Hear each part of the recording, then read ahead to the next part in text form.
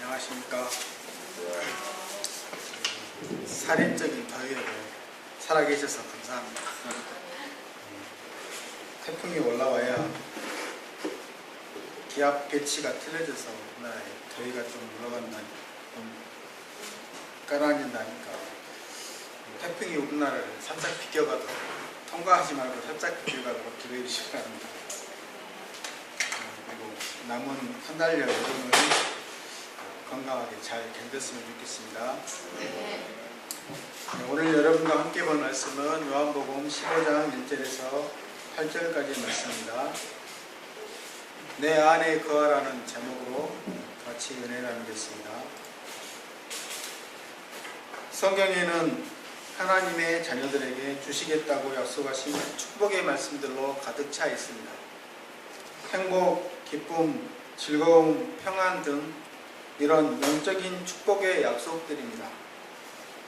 성경은 우리가 이런 것들을 믿음으로 구하기만 하면 그 축복을 받는다고 말씀하고 있습니다. 마가복음 11장 24절을 보십시오. 그러므로 내가 너희에게 말하노니 무엇이든지 기도하고 구하는 것은 받은 줄로 믿으라. 그리하면 너희에게 그대로 되리라. 그런데 실제 우리의 신앙생활은 어떠합니까? 우리는 매일 행복하십니까? 항상 기쁘고 즐겁습니까? 늘 평안합니까? 이 질문에 대해 자신있게 대답할 수 있는 분은 수민이 말고는 그다지 많지 않을 것 같습니다. 그러면 왜 이렇게 성경에 약속된 축복을 우리가 누리지 못하는 것일까요? 그것은 우리가 그 비결을 잘 모르기 때문입니다. 오늘 말씀에서 예수님은 포도나무 비유를 통하여 우리가 풍성한 축복을 받는 비결을 말씀하고 있습니다. 1절을 보십시오. 나는 참 포도나무요 내 아버지는 농부라. 예수님은 자신을 참 포도나무요 하나님은 농부라고 말씀하십니다. 왜 예수님은 자신을 참 포도나무로 비유하셨을까요? 포도나무에는 종류가 많습니다. 그림을 보여주십시오.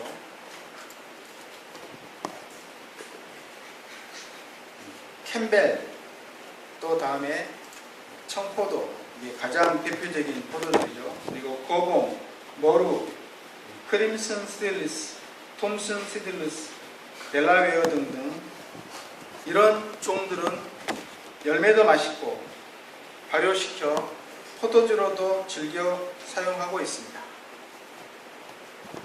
그러나 열매가 작고 쓴맛이 나는 들포도나무도 있습니다.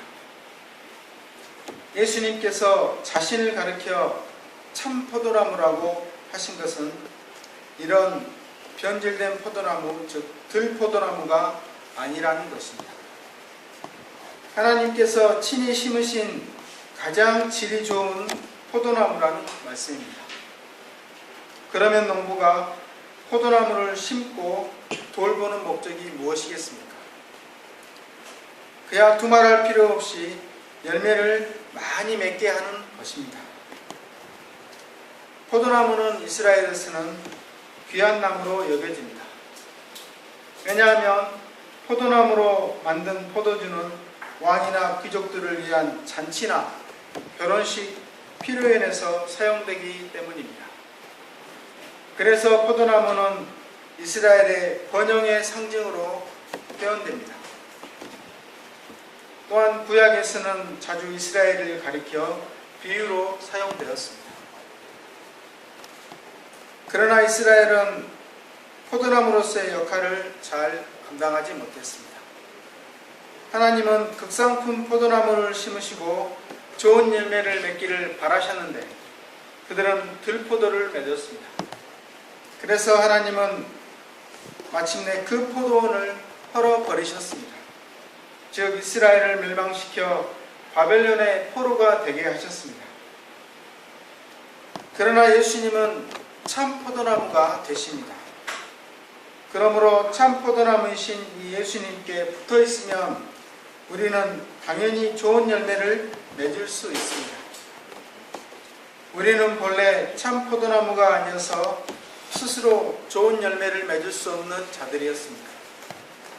그러나 참 포도나무 대신 예수 그리스도에게 접붙임이 되면 누구든지 좋은 열매를 맺을 수 있습니다.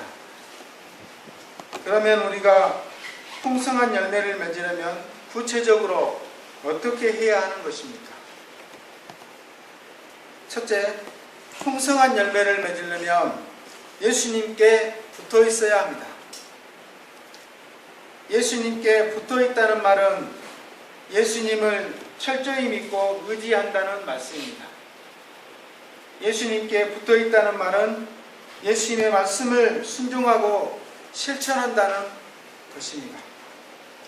예수님께 붙어 있다는 말은 주님의 몸된 교회에 속해 있다는 것을 말합니다.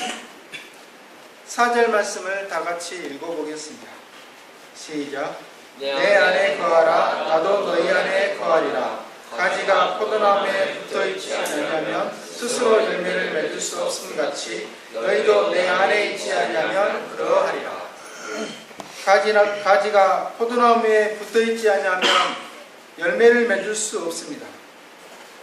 가지는 포도나무에 붙어있을 때 열매를 맺을 수 있습니다. 이는 당연하면서도 굉장히 중요한 원리입니다. 가지는 나무에 붙어 있어야 합니다. 가지가 나무에 붙어 있지 않으면 열매를 맺지 못하는 것은 물론 말라 비틀어져 불쏘시개로 사용될 뿐입니다. 마찬가지로 우리도 예수님께 붙어 있지 않으면 열매는 고사하고 우리의 영적인 생명조차 유지할 수 없습니다. 사실 열매를 맺고 우리의 생명을 유지하는 것은 우리가 하는 일도 아니고 우리가 할 수 있는 일도 아닙니다. 우리는 단지 예수님께 꼭 붙어 있기만 하면 열매를 맺는 것은 예수님께서 해 주시는 것입니다. 그런데도 우리는 우리 힘으로 열매를 맺고 우리 힘으로 살아가려고 합니다. 그래서 누군가는 꼭 주일날 예배당에 가서 예배를 드려야 하나, 마음으로만 하나님을 믿고 혼자서 예배 드려도 되지 않느냐 말하는 사람들이 있습니다. 그러나 그렇지 않습니다. 그런 사람은 나무에서 떨어져 나간 가지가 금방 말라지듯이 신앙도 금방 사라지고 맙니다. 주의를 지키지 않으면서 예배당에 나와서 성도들과 함께 예배하고 교제하지 않으면서 예수님을 믿는다고 하는 사람은 거짓말하는 사람입니다. 만일 어떤 사람이 공동체에서 분리되어 나오면 그는 죽은 인생이 됩니다. 현대인들의 병 중에 가장 심각한 병은 사회에서 이탈되는 병입니다. 사회 부적응, 대인 공포증, 우울증, 나홀로 인생, 이런 사람들이 극단적으로 가면 묻지마 살인자가 되고 소시오패스, 사회 파괴자, 사회 공격자가 되는 것입니다. 아무리 요즘 사회가 개인주의화 되어간다 해도 우리는 절대 혼자서는 살 수 없습니다. 예수님과 우리 사이의 관계도 이렇습니다. 우리가 예수님께 붙어있지 않으면 영적으로 죽은 자가 됩니다. 영혼이 아무것도 공급받지 못하여 결국 말라 죽게 됩니다. 예수님은 우리에게 말씀하십니다. 다 같이 5절을 읽어보겠습니다. 시작. 나는 포도나무요 너희는 가지니 그 안에 내가 그 안에 거하면 사람이 열매를 많이 맺나니 나를 떠나서는 너희가 아무것도 할 수 없습니다. 여기서 포도나무는 예수님을 가리킵니다. 가지는 바로 우리 성도들을 가리킵니다. 예수님 믿고 구원받은 우리 성도 한 사람 한 사람은 모두 예수님께 붙어 있어야 합니다. 예수님과 연결되어서 생명을 공급받는 관계가 되어야 합니다. 어린아이가 엄마를 따라 시장에 가면 아이는 엄마 손만 붙들고 있으면 됩니다. 엄마 손만 붙들고 있으면 사탕도 얻어먹고 또 다른 맛있는 것도 얻어먹을 수 있습니다. 아이는 그저 엄마에게 붙어있으면 됩니다. 이처럼 우리도 예수 그리스도에게 붙어있기만 하면 됩니다. 사도행전 11장 23절을 보십시오. 안디옥 교회에 파송된 바나바가 이렇게 권면했습니다. 그가 이르러 하나님의 은혜를 보고 기뻐하여 모든 사람에게 굳건한 마음으로 주와 함께 머물러 있으라 권하니. 그렇습니다. 우리가 잘났든 못났든 부자이든 가난하든 그것은 중요한 것이 아닙니다. 내가 예수님께 붙어 있는가? 내가 예수님과 연합된 존재인가? 이것이 중요합니다. 우리 예수님은 참 포도나무요 우리는 가지입니다. 그러므로 우리가 풍성한 열매를 맺으려면 우리는 단지 참 포도나무 대신 예수님께 붙어 있어야 합니다. 둘째, 풍성한 열매를 맺으려면 예수님과 친밀한 연합을 유지해야 합니다. 4절을 보십시오. 내 안에 거하라 나도 너희 안에 거하리라. 가지가 포도나무에 붙어있지 아니하면 스스로 열매를 맺을 수 없음 같이 너희도 내 안에 있지 아니하면 그러하리라. 여기 거한다는 말은 머무른다는 뜻입니다. 이는 예수님과 인격적인 교제를 한다는 의미입니다. 이 교제는 기도와 말씀 묵상, 말씀 순종으로 나타납니다. 또한 거한다는 말은 한번 예수님과 생명의 관계를 맺었다가 바로 끝내버리는 것이 아니라 그 관계가 끊임없이 계속 유지되는 것을 말합니다. 우리는 하나님 앞에 설 때까지 예수님과 이런 생명의 관계, 영적인 관계를 지속적으로 유지해야 합니다. 그러면 우리가 예수님과의 관계를 무엇으로 유지할 수 있습니까? 7절 말씀을 다 같이 읽어보겠습니다. 시작. 너희가 내 안에 거하고 내 말이 너희 안에 거하면 무엇인지 원하는 대로 구하라. 그리하면 이루리라. 너희가 내 안에 거하고 라는 말은 우리가 예수님께 꼭 붙어서 계속하여 생명 유지에 필요한 양분을 공급받는다는 것을 의미합니다. 여기 양분은 다름 아닌 예수님의 말씀을 말합니다. 또 내 말이라는 것도 예수님의 말씀을 의미합니다. 그러므로 예수님의 말씀이 우리가 예수님과의 가장 친밀한 관계를 유지할 수 있는 방법임을 알 수 있습니다. 또한 내 말이 너희 안에 거하면 이라는 말은 예수님의 말씀으로 내 안에서 내 생각과 내 삶을 지배한다는 것을 의미합니다. 그러면 이렇게 예수의 말씀이 우리 안에 거하려면 우리가 구체적으로 어떻게 해야 합니까? 앞에서도 말씀드렸듯이 우리가 성경을 읽거나 설교 말씀을 들을 때 아멘으로 영접하는 것입니다. 예수의 말씀을 마음으로 받아들이고 그대로 이루어질 줄로 믿는 것입니다. 그리고 그 말씀대로 살려고 애를 쓰는 것입니다. 우리가 하나님의 말씀을 들을 때 그 말씀을 하나님의 음성으로 듣고 믿으면 믿는 자 속에 말씀의 역사가 일어납니다. 그때 우리는 우리 안에 예수의 말씀이 거하는 것을 깨닫게 됩니다. 이렇게 예수의 말씀을 듣고 지키는 자에게 살아계신 예수님과의 연합이 이루어지게 됩니다. 주님과 연합하였던 삶을 살았던 다윗은 시편 16편 8절 말씀에서 이렇게 고백했습니다. 내가 여호와를 항상 내 앞에 모심이여 그가 나의 오른쪽에 계심으로 내가 흔들리지 아니하리로다. 다윗이 이렇게 고백할 수 있었던 것은 그가 항상 주님의 말씀을 묵상하며 살았기 때문입니다.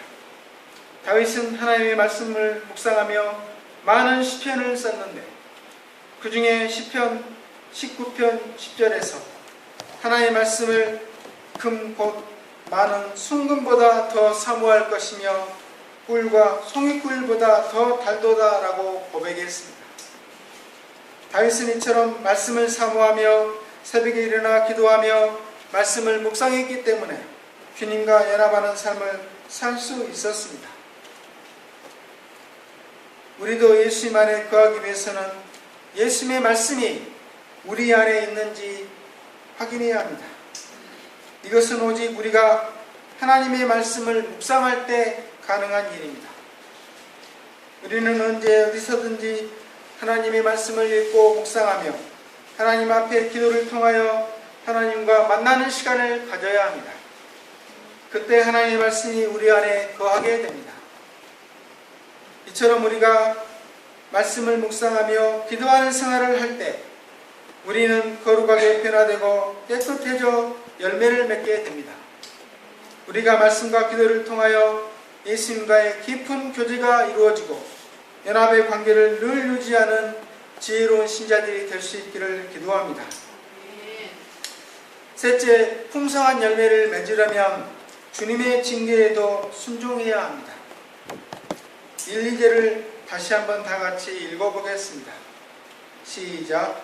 나는 참 포도나무요 내 아버지는 농부라. 물은 내게 붙어있어 열매를 맺지 아니하는 가지는 아버지께서 그것을 제거해 버리시고 물은 열매를 맺는 가지는 더 열매를 맺게 하여 그것을 깨끗하게 하시느니라. 아버지는 농부라고 하였습니다. 그런데 이 농부의 입장에서 보면 이 포도나무의 가지가 열매는 안 맺고 도저히 열매 맺을 가망성이 없으면 잘라버려야 합니다. 왜냐하면 땅만 버리기 때문입니다. 그러나 열매를 잘 맺는 나무는 가지치기를 해서 더 잘 맺도록 해야 합니다.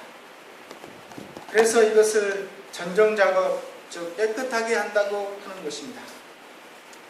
포도나무의 가지치기는 포도원에서 농부가 하는 가장 중요한 작업 중 하나입니다. 포도나무의 가지치기는 열매의 품질뿐만 아니라 다음 해의 그 나무 품질까지 결정한다고 합니다. 그래서 농부는 그의 자란 가지의 90 내지 95%를 제거하여 포도나무가 열매를 잘 맺는 가지가 되게 합니다. 이런 가지를 치는 전정이란 우리에겐 무엇을 말할까요? 그것은 바로 고난과 시련과 징계입니다. 고난과 시련과 징계를 통해서 우리가 더욱 성숙해지고 더 아름다운 열매를 맺게 되는 것입니다. 그러므로 때로 주님께서는 우리에게 가지치기를 하십니다. 그래서 우리는 가지가 잘라지는 아픔을 감수해야 합니다. 하나님이 보시기에 합당치 않은 것은 깨끗하게 하고 잘라내야 합니다. 그래서 나의 나쁜 습관을 끊어내야 합니다. 주님이 기뻐하지 않은 것들을 잘라내야 합니다. 끊을 것은 끊고 버릴 것은 버려야 합니다. 그러려면 거기에는 아픔이 동반됩니다. 대개 사람들은 고난을 통해서 성숙해집니다. 사람들은 고난을 통해서 나쁜 습관을 고칠 수 있습니다. 사람들은 고난을 통해서 하나님 앞에 더 가까이 갈 수 있습니다. 히브리서 12장 6절 8절을 보십시오. 주께서 사랑하시는 자를 징계하시고 그가 받아들이시는 아들을 마다 채찍질 하심이라. 징계는 다 받는 것이오늘 너희에게 없으면 사생자여 친아들이 아니니라. 우리가 잘못을 계속 범하는데도 징계가 없습니까? 그러면 아마 우리가 사생자일지 모릅니다. 그러나 하나님이 그때마다 나를 징계하신다면 그것은 하나님이 나를 사랑하신다는 증거입니다. 자녀를 사랑하는 부모가 그 자녀에게 매일 때리는 법입니다. 내 마음이 아파도 매일 때릴 수밖에 없습니다. 이는 그를 훌륭한 인물로 만들기 위함입니다. 그래서 하나님 아버지의 마음도 마찬가지입니다.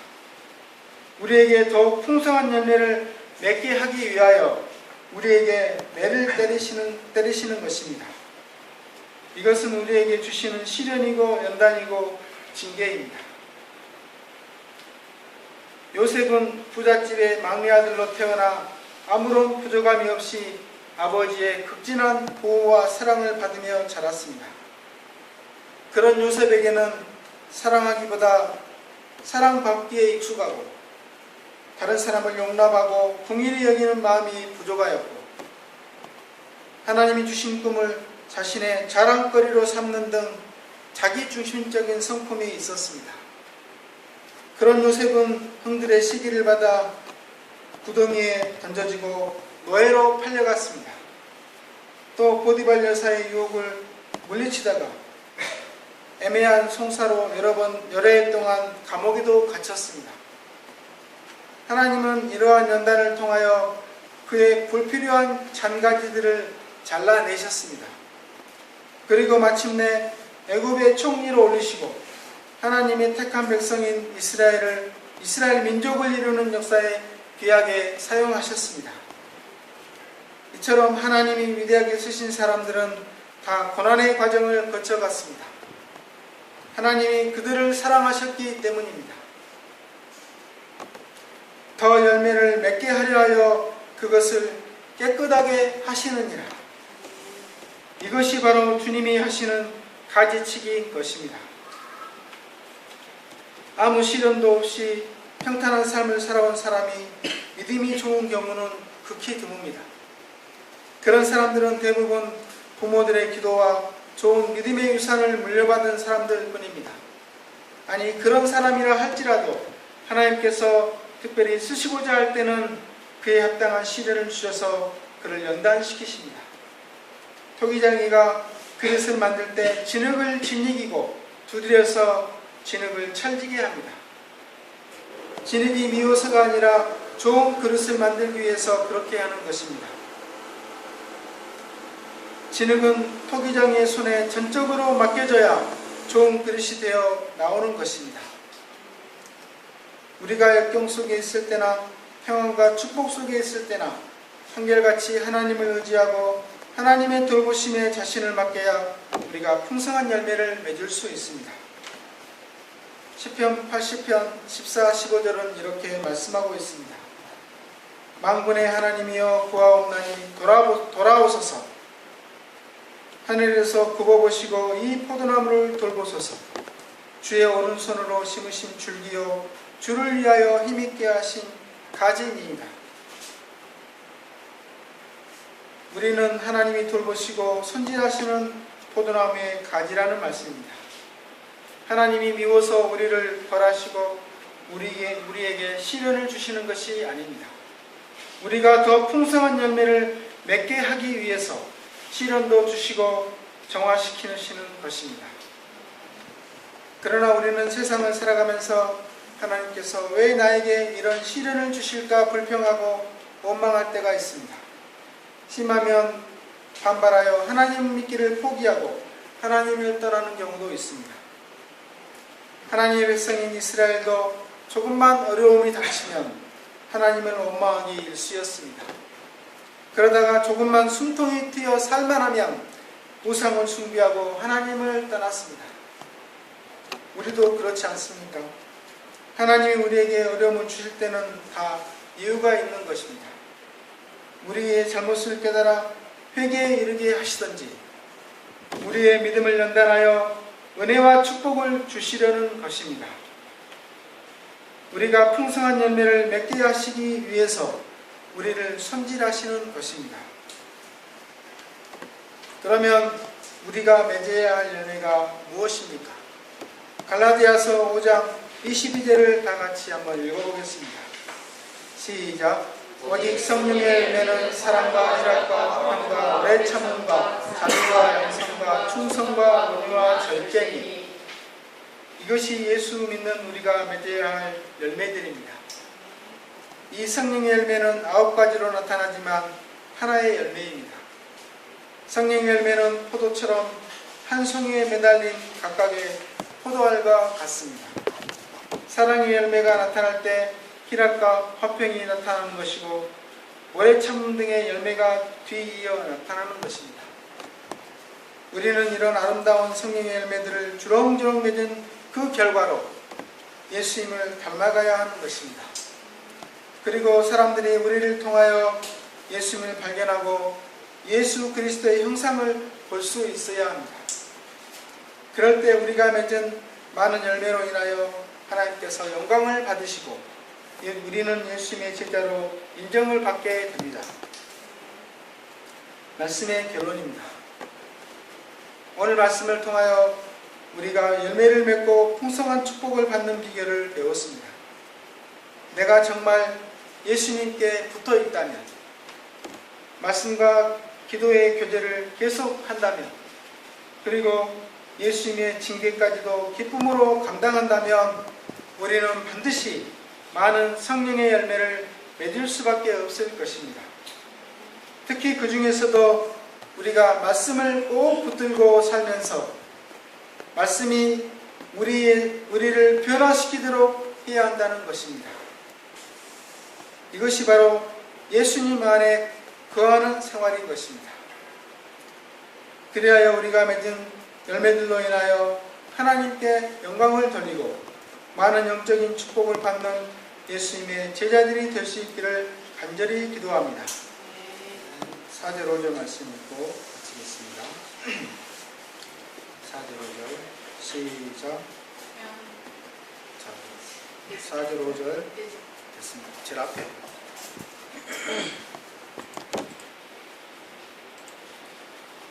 시작. 내 영혼아 너희 안에 거하라. 가지가 포도나무에 붙어 있지 아니하면 결코 열매를 맺을 수 없음 같이 너희도 내 안에 있지 아니하면 그러하리라. 나는 포도나무요 너희는 가지라. 그러하면 내가 그 안에 거하면 사람이 열매를 많이 맺나니 나를 떠나서는 너희가 아무것도 할 수 없으리라. 하나님 아버지, 우리는 세상을 살아가면서 열매 맺기를 원합니다. 특별히 내가 성령의 열매들을 많이 맺어서 내가 변화되기를 원합니다. 그러나 그런 축복은 정말 예수님 안에 붙어있을 때, 또 예수님 안에서 말씀과 기도로 예수님과 교제할 때, 또 예수님의 징계까지도 기쁨으로 감당할 때 열매를 맺을 수 있음을 깨닫게 됩니다. 또 내 안에 거하라는 말씀이 바로 예수님의 말씀 안에 거해서 우리가 말씀으로 변화된 삶을 살 때임을 깨닫습니다. 우리가 이렇게 말씀으로 변화된 삶을 살아서 우리를 보는 사람들이 우리에게서 예수 그리스도를 발견하는 이런 귀한 인생들이 될 수 있도록 축복하여 주시기를 간절히 기도합니다. 말씀을 주심을 감사하며 예수님 이름으로 기도합니다. 아멘. 나는 예수입니다. 찬양하시면서 예배 드리겠습니다.